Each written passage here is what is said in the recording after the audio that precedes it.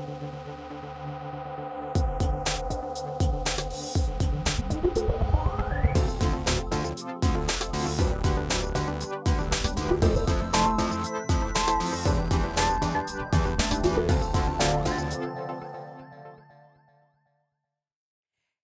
and welcome to all of you. You're watching Tech 24, France 24's tech show. From farmlands to kitchens, technology is playing a pivotal role in ensuring better yield and disease-free food. We tell you which novel solutions researchers are deploying with IoT sensors, satellite imagery, and blockchain technologies. And in Test 24, we try an AntBot. As the name suggests, it's a robot inspired by the animal kingdom. What's more, it's able to navigate without using a GPS. By the year 2050, the Earth's population is expected to soar from the current 7 billion to about 9.6 billion. Consequently, it's estimated that by then, we will need to produce as much food as was necessary in the previous 10,000 years. This requires a dramatic increase in agricultural production. But how do you achieve that goal against the backdrop of climate change, water and soil depletion, and food security concerns? Well, once again, technology is perhaps the solution. For more on this, let's welcome our in-house expert, Dan and Jay Kadalkar. Hello and welcome, Dan. Hello, one Julia. example is a remarkable feat of biological engineering. That's right. This is part of the so-called RIPE project. Now, RIPE stands for realizing increased photosynthesis efficiency. That's those are Quite very a complex long term words. there. Yeah. So what it means is that this particular project aims at increasing the efficiency of the process of photosynthesis in plants. You know, this is one of the most important chemical processes for us and for every living being.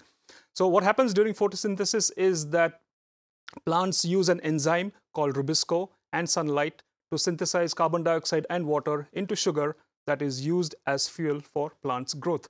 But it so happens that during this process, the enzyme rubisco, around 20% of the time, catches on to an oxygen molecule instead of carbon dioxide, and it creates a product which is toxic to the plants. And so a lot of time and energy is spent in recycling this product. And so, as you can imagine, it affects the plant's growth. So now this group of scientists led by the University of Illinois, what they have done is they have created a shortcut to the process of this photorespiration, which is the recycling of that toxic product. So by doing so, they are saving plants energy, and that is boosting plants' growth by as much as 41%. Now, to get a good crop yield, one needs to develop a crop that can actually resist flooding or droughts. We're seeing that a lot with climate change. There is one solution that's been developed recently with rice seeds. That's right. The International Rice Research Institute, they have developed certain traits that can be applied to a variety of rice seeds depending on where the rice grows. So, for example, in regions where there is a possibility of flash floods, you can use this particular trait in which the rice seed can survive for as much as 14 days underwater. Now, that's very important. And as you can see in this image, on the left-hand side is the variety with that particular trait, and on the right is without the trait. And you can see there's a clear difference between the productivity. So that's important. And as you mentioned, these rice seeds have become climate change compatible. So they are heat resistant, they are drought resistant, and as you can see, the flood resistant seeds as well. So let's not also forget traditional means. We talk about it quite a bit here on Tech 24, but mapping tools are also important. That's right, Julia. Last week, we had 2 drones that were used or that are being used for agricultural mapping. And also there is satellite imagery that is used for the same purpose. So if you see here, there are farmers from Kenya that are using satellite imagery in order to ensure a better yield, in order to ensure that the plants remain free of diseases. And this is happening just by sending an SMS or making a call to a call center. It's not just this, but even the same satellite services, which is run by Geodata for agriculture and water, which is a company run by the Netherlands Space Office. That company is also helping cattle farmers in the northern Malian region of Gao to find water tables and green pastures for their cattle to graze. Thank you, Dan. Now, where does your food come from? Over the past few years, that question has become a pressing matter for consumers around the world. Here in France, the food industry is turning to new technologies to bridge the gap between producers and consumers and increase accountability along the production chain. Anka Ula tells us more. Supermarket shelves are lined with products promising to be organic, GMO-free, farm-raised. But with scandals on the rise, some stores are forced to respond to increased demands for transparency. Last year, Carrefour introduced a system based on blockchain through a partnership with IBM. In just a few clicks of a smartphone, shoppers can find out exactly what an animal was fed, when it was born, and where. The desire for transparency is a very high expectation. There are a lot of questions about how animals are raised, fed, and whether chickens have been fed GMOs or given antibiotics. These are all important questions asked by our customers, and through this blockchain system, we can answer them.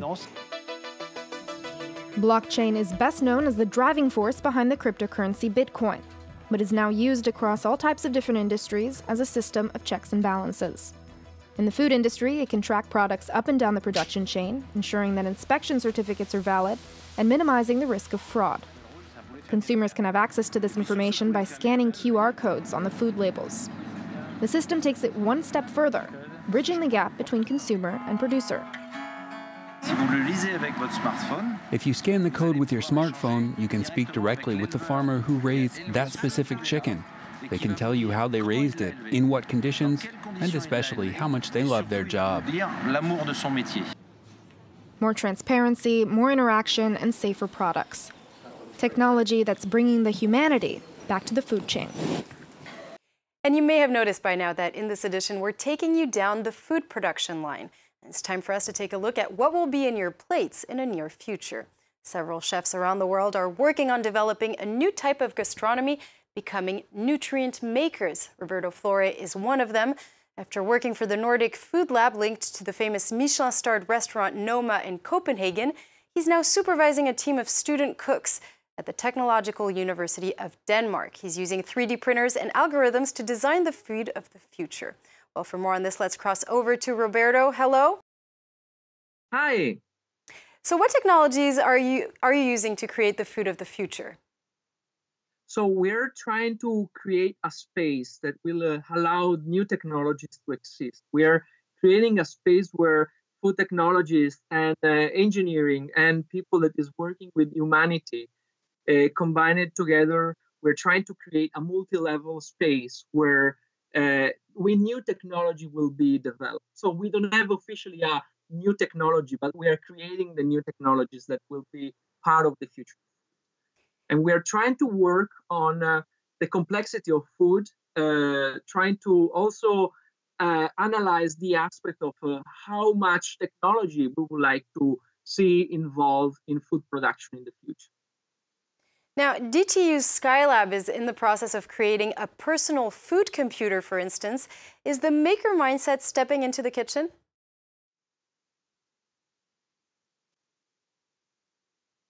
So the DTU Skylab since 2013 has been deeply involved on creating new technologies, not necessarily only for food, but in September we opened a new food lab, and so we're using food as a complex argument for connecting lots of topics related on technologies. Specifically for the food computer, for example, we are working on a machine that is able to growing food in a chamber. And then we can trick some of the parameters of the growing of the food, and we can learn more about the biology of a plant. We are not necessarily advocating the use of these technologies for future of food, but we are interested to see, again, from a multiple perspective, what will be the impact of society of a machine like this. So we are interested to explore potential future application of this.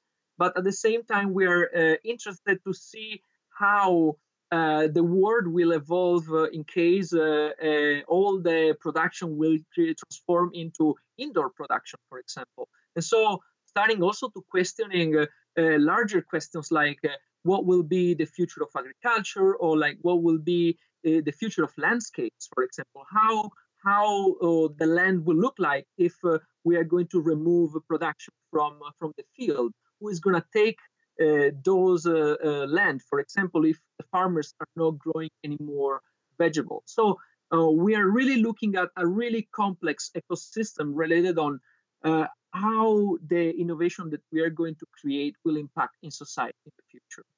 Roberto Flore there, thank you so much for speaking to us here on Tech 24. Moving on now to our test of the week.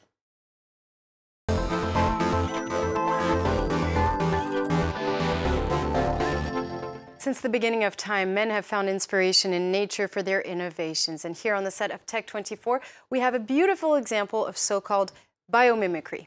That's right, Julia. As you can see, it's a 6-legged robot. It's called AntBot, and it's been developed by a team of scientists led by Julia Duperoux from Aix-Marseille University. Now, what makes this robot remarkable is that it is able to move and locate itself without using GPS.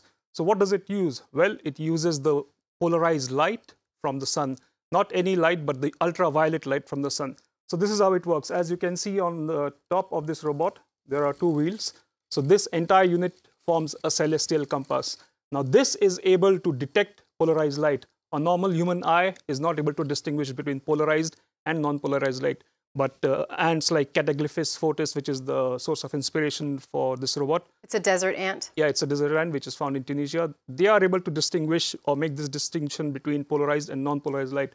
Now, this polarized light, which is essentially a light which oscillates in a single plane, and this is created because of the interference of particles in the atmosphere, whether it's clouds or other particles, that gives the ultraviolet light its polarization. That acts as a reference point. And along with that reference point, this robot is also equipped with an odometer. So it's able to count its steps. That scared me. That came unexpectedly. So it's able to count its steps, and as it moves, it calculates the steps, and when it reaches a certain point and it wants to return home, it basically creates a path integration, and it knows the number of steps it's supposed to take to reach back home. So it's a combination of the number of steps and the polarization reference, or the polarized light reference by using this celestial compass. Very well. And do you have other examples of Yes, biomimicry? this is not the only robot that's been inspired from creepy crawlers, let's say. There's a robot called Hammer, which has been developed by the Harvard University, and as you can see, it's called Harvard's ambulatory micro robot. That's the full form. It's been inspired from cockroach. Right. And like cockroach, it moves very fast. It can jump, and it does everything that a cockroach does. It's a centimeter scale robot. Thank you, Dan. Well, that brings us to the end of this week's edition of Tech24. We hope you enjoyed it, and do stay with us here on France 24.